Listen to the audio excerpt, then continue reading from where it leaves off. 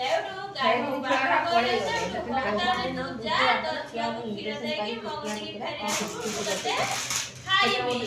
ସେଉଠୁ ବାଘ ବଉଳା ତାର ଗଲା ତା ବାଛୁରୀ ପାଖକୁ ଯାଇକି କ୍ଷୀର ଦେଲା। କ୍ଷୀର ଦେଇକି କ୍ଷୀର ଦେଇକି ତା ବାଛୁରୀ ଦେଲା ଗଲା ଚାଟିଲା କାନ୍ଦି ପକଉଥିଲା ମୋ ଛୁଆକୁ ମାରି ଛାଡିକି ପଳେଇବି। ତମେ ମାନେ ଯେମିତିଆ ତମ ମା ପାଖରୁ ଟିକେ କାନ୍ଦିଛ ସେଭଳିଆ ତା ମା ବହୁତ କାନ୍ଦିଲା। କାନ୍ଦିଲା ପରେ ତା ଛୁଆକୁ କ୍ଷୀର ଦେଇକି ଆସିଲା ବାଘ ମାମୁଁ ପାଖକୁ। ବାଘ ମାମୁଁ ଯେତେବେଳେ ଦେଖିଲା ବଉଳା ଗାଈକି ତାହେଲେ ବଉଳା ଗାଈ ସବୁ